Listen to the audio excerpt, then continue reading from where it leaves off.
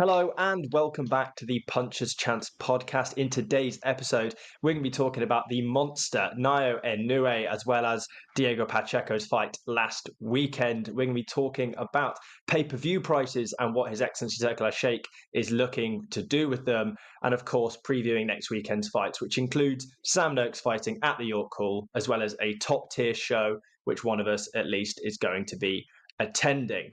Now, the only place to start, the logical start, is the monster. Naoya Inoue, like I mentioned, he got the victory last, I suppose it was yesterday now. I'm used to saying last weekend. He got the victory. He got the knockout under maybe slightly less favourable circumstances. Ben, I know you were slightly disappointed with the finish. What did you make of the whole performance? Yeah, it was disappointing the way the fight obviously ended with Doheny picking up the injury, but I think it was a matter of time anyway. Inoue was getting to him, breaking him down slowly, and I think it was body shots that caused the injury. So it was just another very top performance from Inoue. It'd be interesting now to see where he goes next, whether he's going to stay in that weight class or I know you mentioned about him possibly moving up, but I seen Matchroom and Eddie Hearn were trying to stir up a bit of a possible fight with Akhmadaliev as the next one, and possibly that could be his last fight at that weight class. But yeah, he's just so good, and he is like there's only so many words you can find to describe him. It's just everyone who put him in there with it just looks like no one's going to touch him really. Yeah, completely agree. You don't have him in your top three pound for pound fighters without him being good. And let's be honest, Inoue is definitely up there now. You can make the argument. If someone said to you, Inoue is pound for pound number one, I ain't going to argue with them. But it took Inoue a couple of rounds, just to work out the puzzle and what to do. And then he went in for the kill. And when he did work out that puzzle, he didn't stop and he was relentless. You talk about that Akhmadaliev fight. How about for us Brits, him and Liam Davis? Just imagine that fight. And then I was watching before we got on to this pod. Imagine Inoue drops down, instead of moving up, drops down close weight and fights Bam Rodriguez in a massive, massive fight.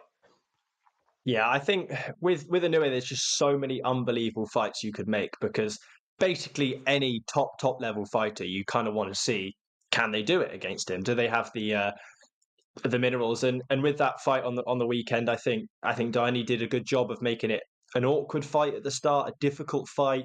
He made Inoue think, made him work him out. But like we say, when that stoppage happened, it really was starting to get to the point where you were going, yeah, this fight's going to finish anyway. Whether he had a back injury or not, he was a round or two away from stopping. So I really just don't know if we'll see anyone anytime soon trouble Inoue, which maybe that's why I want him to move up to featherweight. But he is looking, and he is getting heavier for that weight. I know Doheny was, I think, quite a bit heavier than him on the night, so he's maybe still got some room to work with. Maybe there's another fight or so at super bantam before he moves up to featherweight.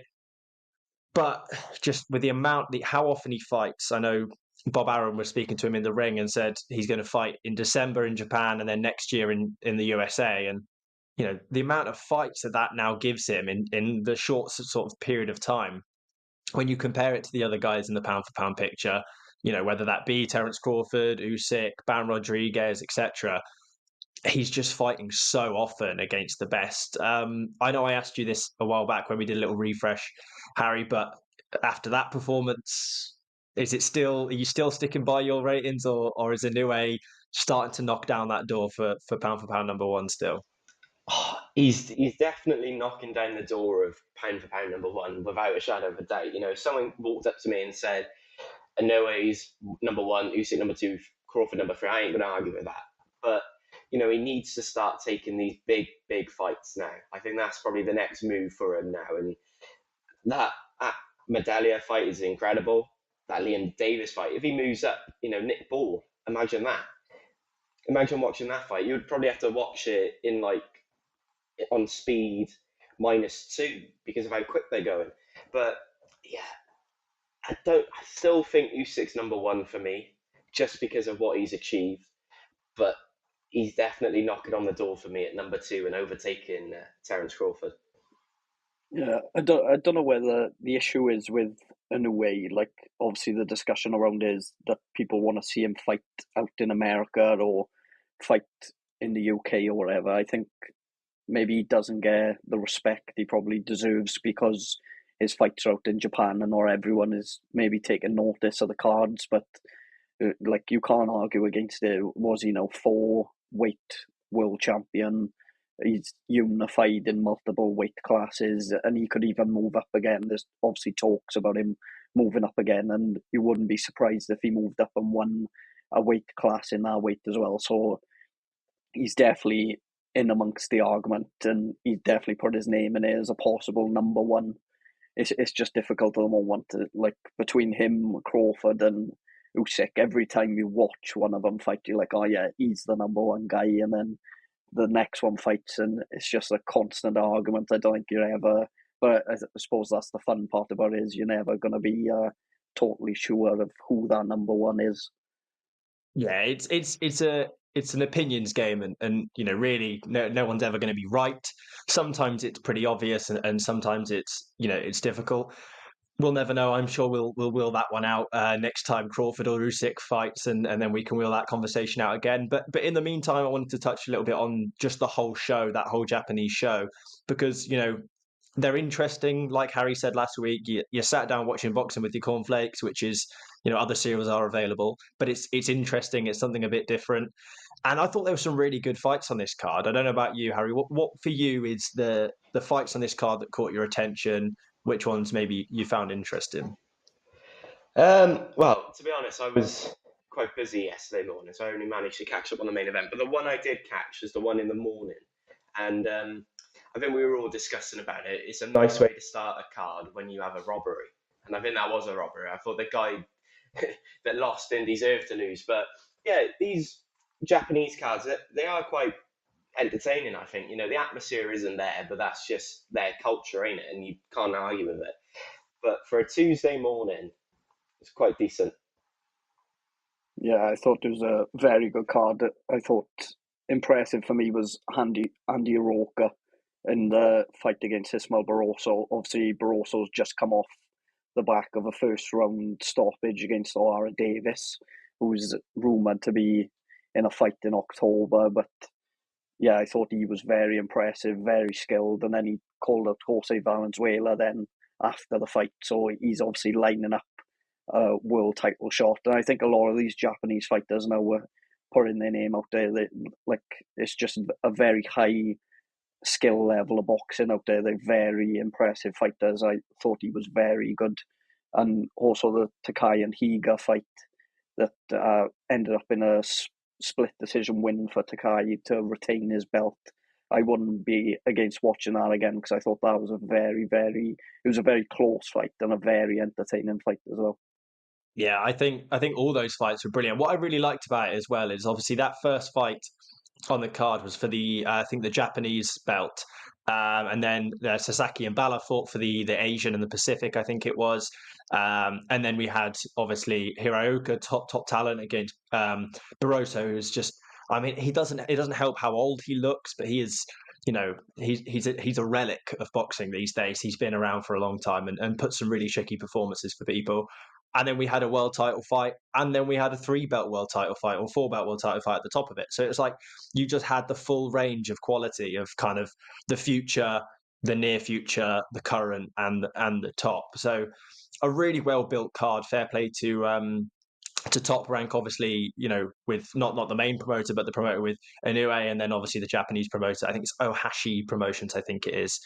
But I echo what you said, Ben, that for me, Hiraoka was the standout on the rest of the card because, yeah, serious fighter. And then to jump back what feels like ages ago now, because obviously we're waiting for that Inoue card to pass. Diego Pacheco fought Maciej Sulecki, the Polish fighter. On the undercard of that, you had a really tough female fight. You had obviously Ben's favourite man, Chev Clark, fought in a really difficult test. So I'll hand over to you, Ben. Talk about that main event. Obviously, say your piece about Chev as well, and then what did you make of the whole thing? Yeah, another very good win for Pacheco.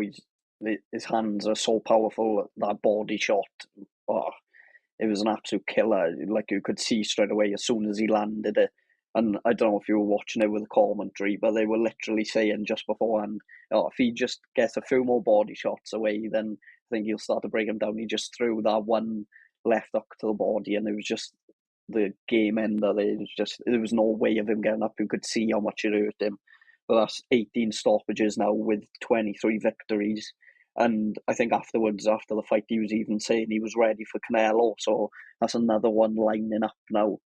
He's got a long list of people that are just aiming for Canelo. He's the man at the top that everyone wants to get to. So he's probably going to have to join the queue behind the rest of the fighters that are aiming to fight Canelo. But it's another great potential option there for a big mega fight out in Mexico or the USA.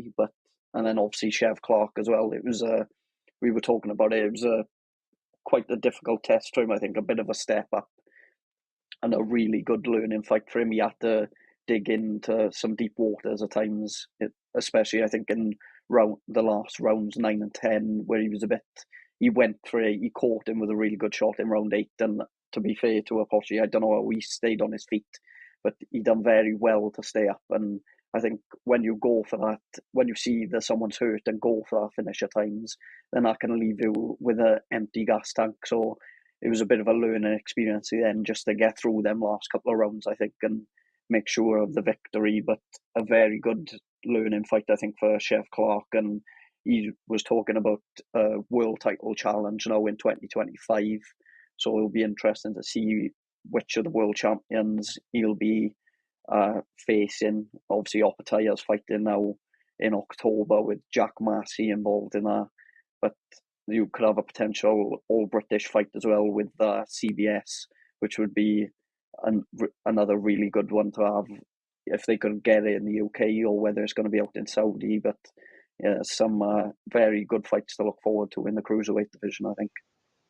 Yeah, you talk about Canelo Alvarez having a line of people. I don't think Canelo Alvarez he never looks at that line, does he? He picks his opponents, but it's inevitable, ain't it? That, potentially the WBO, I think Eddie Hearn said after the fight, the WBO could call him as a mandatory for Canelo in the next 6 to 12 months. They'll be idiots if they didn't take that. That's the lottery ticket for him. That's the golden ticket. But it was a great performance. That body shot, wow, ouch. But going back to Chev Clark, our mate, it was a big test. And, I thought Apoche would have given him more problems than what Ellis Oro had, but I honestly thought that his fight against Ellis Oro was his toughest fight today, and I didn't think this fight would be.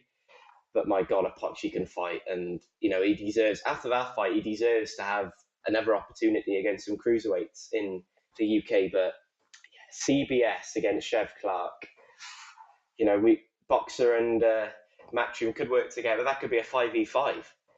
When that happens, I'm sure that's going to happen in the future. But it was a great night. And the other fight I want to talk about is just Sugar Nunes.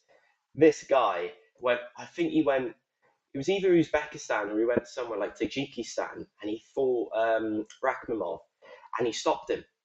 The guy stopped him in the own back. He's got incredible power, and he's got big things to come. And I think Eddie Hearn said in the next 6 to 12 months, the entire boxing world is going to know about Sugar Nunes. But the other fight on the card that probably for the weak stomach people won't like talking about, when I saw it, Jesus Christ, I thought, wow.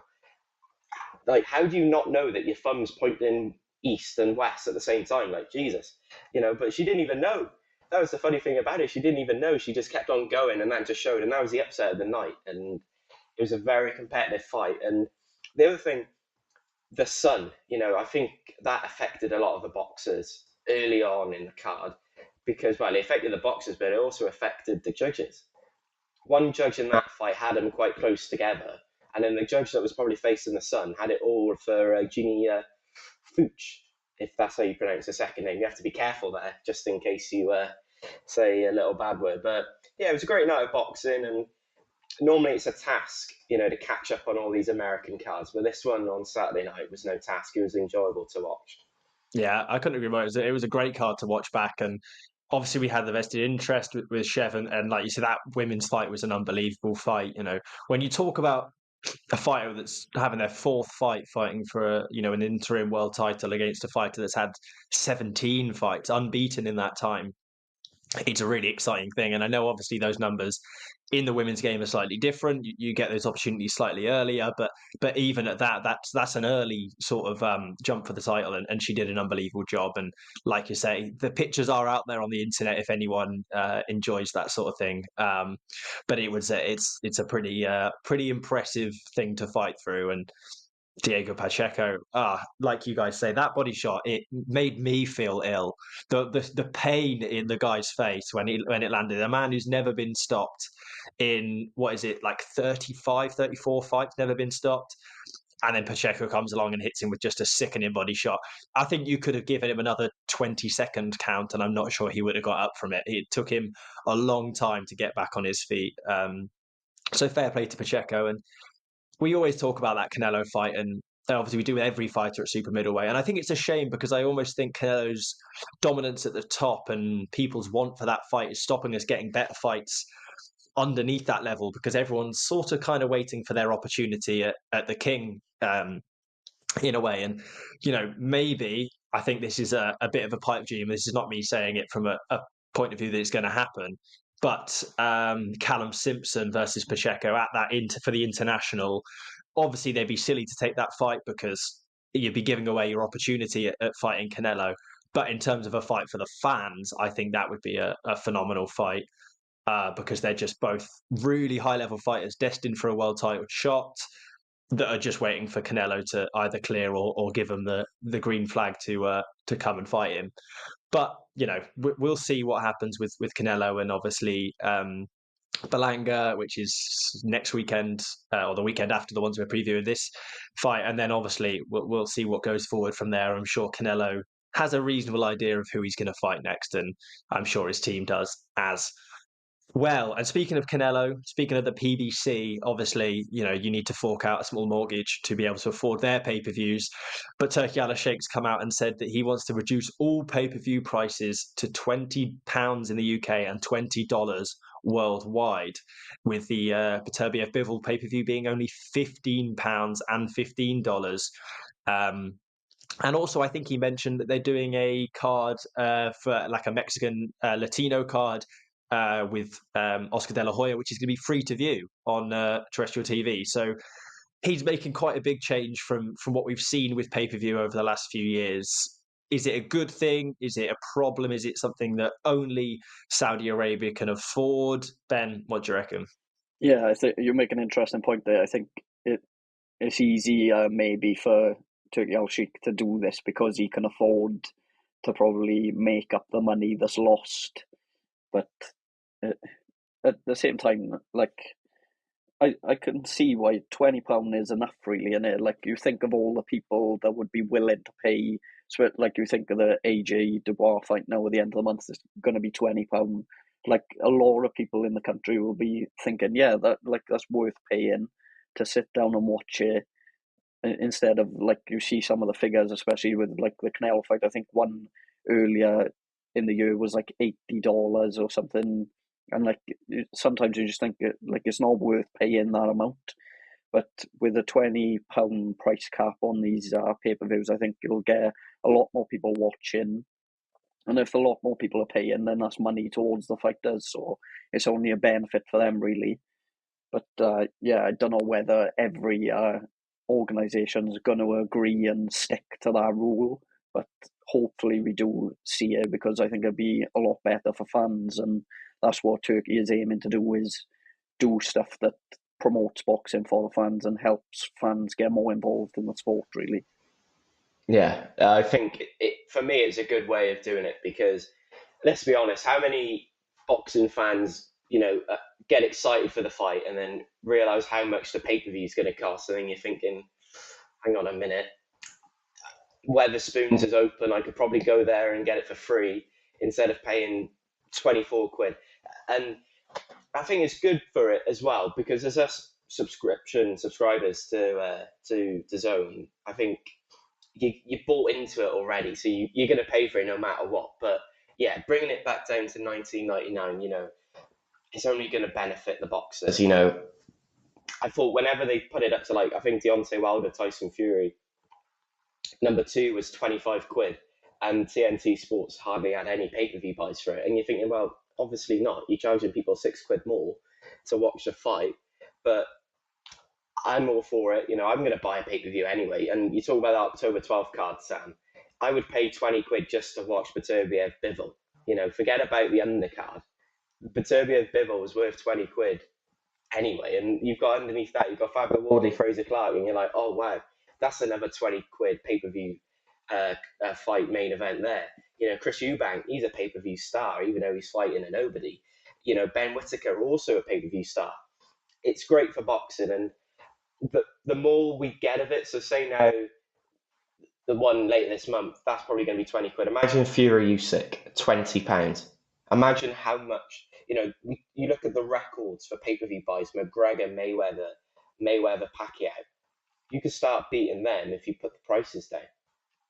Yeah, I think it's a difficult situation because I think my first reaction is obviously it's great. It's wonderful. Pay less money. Fans get to buy more pay-per-views. And I do think, if let's say one person will buy an £80 pay-per-view, are 4 people likely to buy a £20 pay-per-view that wouldn't have bought the £80 one? Possibly. I don't know the exact maths, but that, I think £80, $80, whatever, is a hell of a lot of money. But it's an awkward sort of chicken and egg situation where people will pay the pay-per-view if the fights are good enough. The promoters will make the good fights if the money and the pay-per-views are there. So it's kind of someone has, the people have to take a risk for it to happen. And I think now that I think boxing's in a great place, and there's a lot of boxing fans at the moment that I think 12 months, 18 months, 24 months ago were less interested in the sport.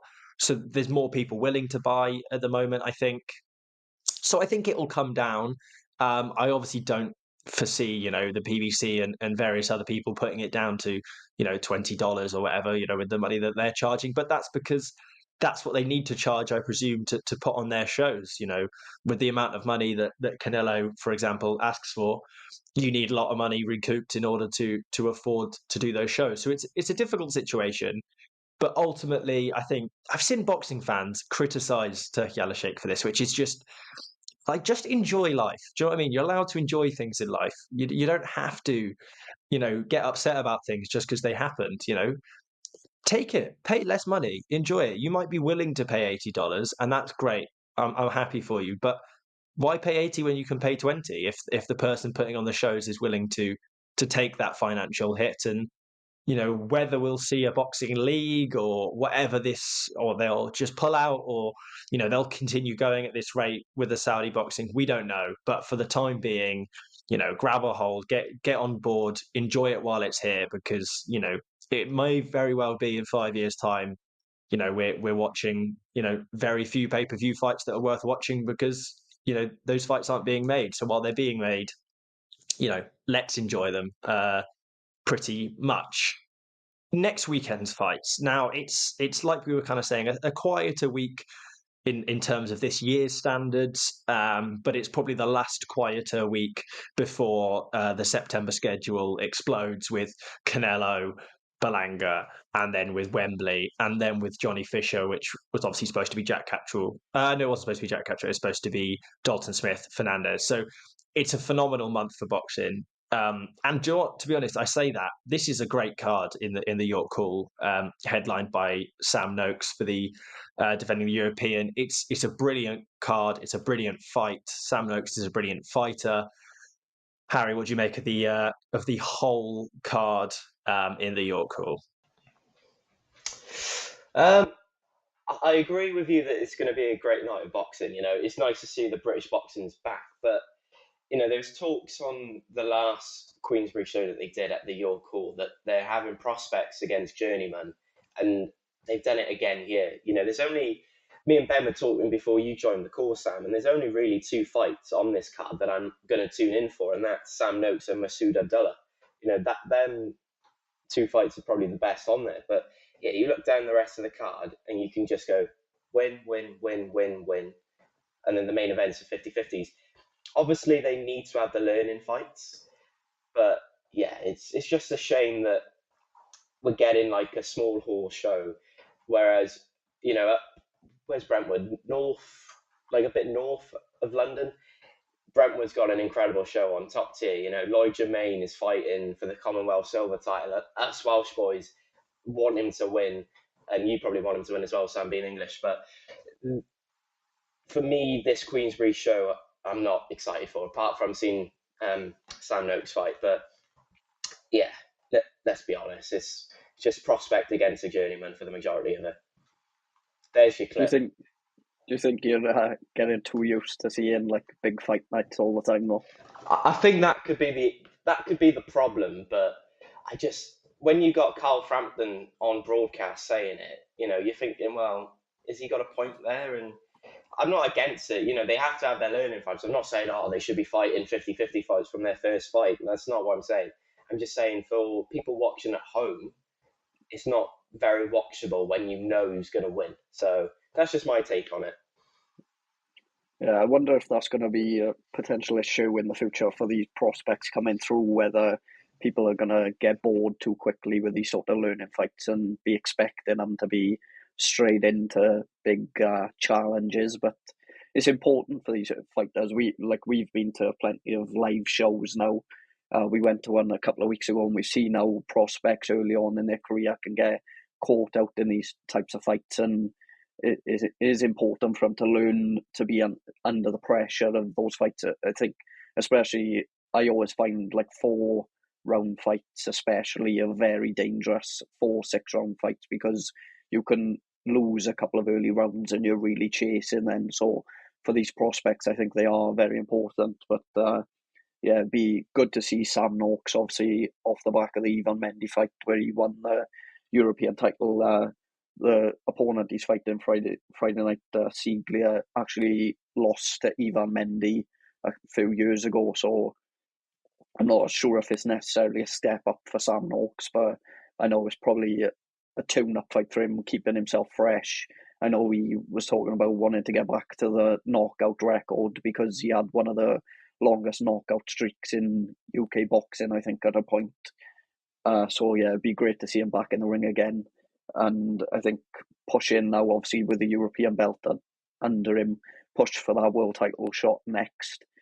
I'm not quite sure who he'll be facing at world title level. I know there's a lot of vacant world titles at our weight class, so I think it'd be a smart idea if they can sort of pick up one of those vacant world title belts for him, same as with Mark Chamberlain elsewhere, and then you could look at bringing the big fights together then once they've got sort of world titles under their belt. Yeah, I tend to agree with what you're saying, obviously, with Sam Noakes and his future. And obviously, we're hoping for a knockout because it's what he tends to bring. And yeah, Harry, I do take your point with that. And obviously, the difficulty comes with that these fighters need those fights. What I like is to jump back to that top tier show. Obviously, Brentwood is just on the door of Eddie Hearn and Matchrooms, and they've had a couple of fighters fight on those shows. So that they obviously, it's still a big show. It's still albeit a small show, so to speak. It's still, a good experience, but they're able to get those early fights in.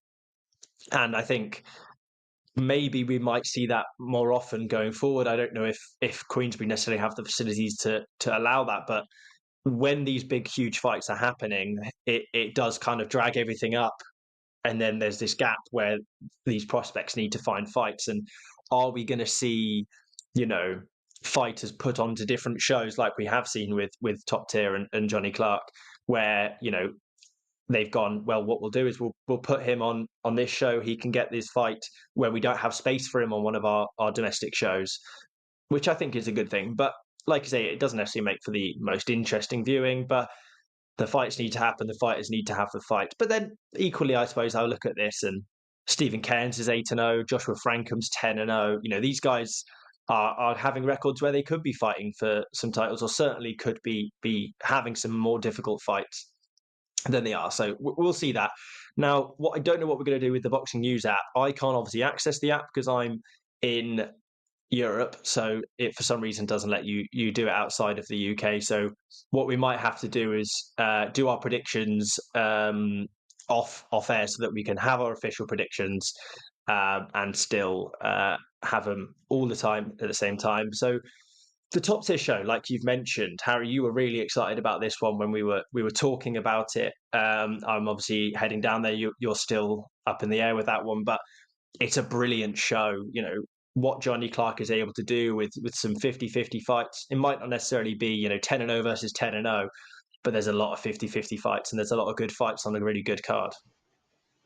Yeah, listen, this main event, Elliot Well against Lloyd Jermaine for the Commonwealth Silver, it's a proper 50-50. And the entire card, you've got that Konstantin Ursu on it, James Osborne against Smith. That's an incredible fight there.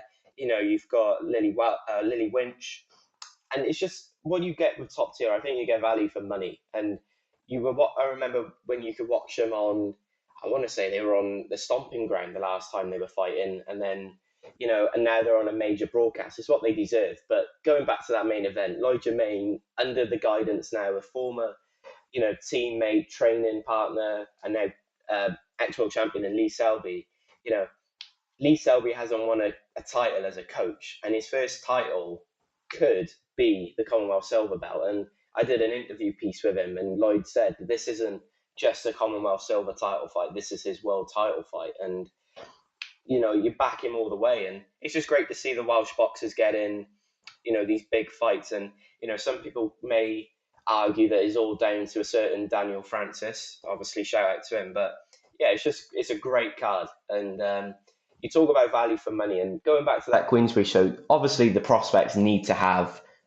fights, and they're like the lucky ones. Let's say they're the lucky ones that get to show off their talent at a young age on a major broadcast. Some of these fighters on this card haven't been given that opportunity, but Saturday night they will, to be on a major broadcast. And it's just good to see that we can see like the future of the sport coming through now, and they're getting the limelight on them with the zone, getting on board. You got top tier, you got GBM. I'm sure there'll be more fights on there, fight promoters on there soon. But yeah, that main event for me potentially has got fight of the weekend written all over it. Yes, set to be a very good, another great show. Like me and Sam have been there a few times, and every time we've been there, we've said how it's just a matter of time before a sort of big company picks them up to showcase how good these shows are, and it'll be great to see them on the zone on Saturday night. In terms of the main event, I think it's a massive opportunity for both of them.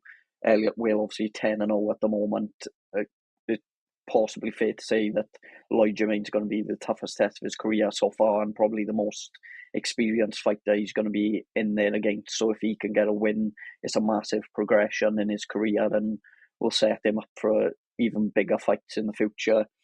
Jermaine obviously looking to bounce back from the defeat against Conor Walker last time out. Conor Walker's a very, very good fighter, very highly skilled fighter.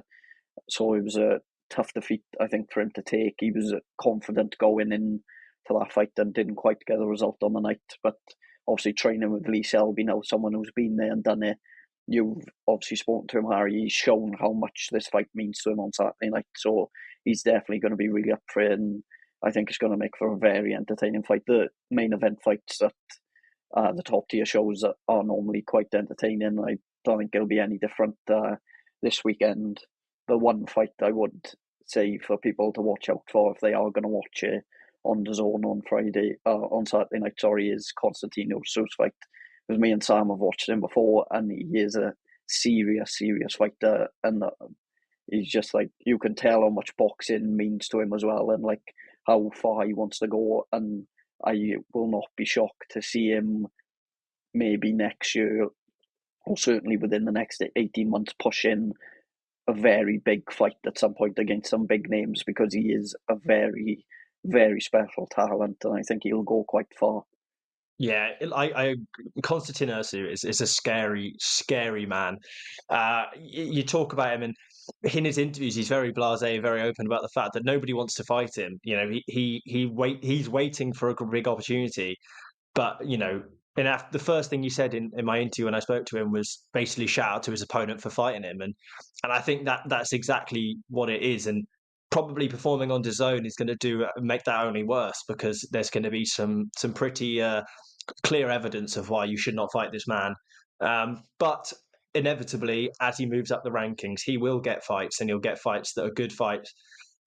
And I think he'll take those opportunities because he's a top fighter and a hard worker. And it's not been made a secret that he's Johnny Clark, the promoter's, favorite fighter, for those reasons. He turns up. In the last fight, he said he had to get a finish before the fourth round, I think it was, because he had to get home for something. So we finished him in the fourth round with a pretty nasty body shot, and then went to the change room, quick couple interviews, changed into his clothes, and walked out the front door like it was, your classic 9 to 5. So I couldn't agree more. Really excited for that one. Really excited to see Lely Buttigieg, a Matchroom prospect, fighting on this card. Lily Winch, like you mentioned, Harry, a good fighter, made a debut last time out. All over a great show. So shout out to Johnny Clark and Daniel Francis. We'll say it quietly, so his head doesn't get too big. But yeah, brilliant show, brilliant card, and that I think pretty much wraps it up for another week of the Punch. Oh, Harry's got something to say, something important to say. We can't. We are a Welsh boxing podcast after all. We can't not end it without shouting out Rashid Omar and Mark Davis, who make their ring returns on Saturday night in Swindon. But probably coming through, Mark Davis is probably one of the Welsh prospects that you want to watch out for the most. He's got big things hopefully planned, potentially Ethan George for a Welsh title fight. And then Rashid Omar, he's looking to bounce back after that knockout loss over in Belfast last time out. So, yeah, it's good to see them back in the ring. I think that's a Nielsen show up in the Mecca in Swindon. Yeah, I completely forgot about that. My time schedule's gone off whack because I've been on holiday and I keep forgetting what day it is. But like I said, we'll be back next weekend for obviously preview the Canelo card and all the great things coming up. And we're all eagerly looking at our phones for some possible news today, which we may or may not be excited for. If you hear nothing from us on next week's podcast, then just don't ask about it because we'll all be very sad. But yeah, it's another week. It's another great episode and another great week of boxing. So thank you all for tuning in. Twitter, follow our Twitter. There'll be some updates this weekend from the show that I and/or Harry will be at. There'll be some Harry's article that you mentioned earlier is up on our Twitter as well. Instagram for some content. Facebook, we even have content. Though I wouldn't follow us on Facebook. I wouldn't bother. Not worth your time. But do subscribe on YouTube because that's where all the good stuff happens. Thank you all for listening, and we'll catch you all next week. Punches chance.